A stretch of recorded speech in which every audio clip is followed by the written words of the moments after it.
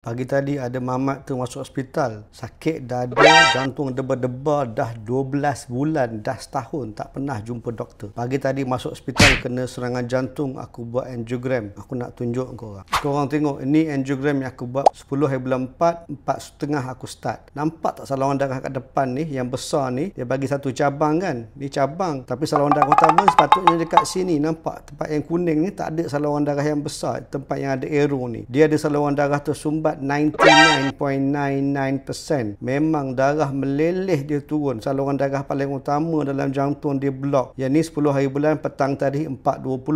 Sebelum rawatan angioplasti dengan stent. Korang tengok sebelah kanan ni pula, selepas selesai rawatan angioplasti dengan stent, hari ni 10 hari bulan, 5 petang dah siap. Nampak ni cabang dia. Sekarang ni kau dah nampak saluran darah utama ni dah besar, nampak cantik. Ini lepas rawatan balloon dengan stent.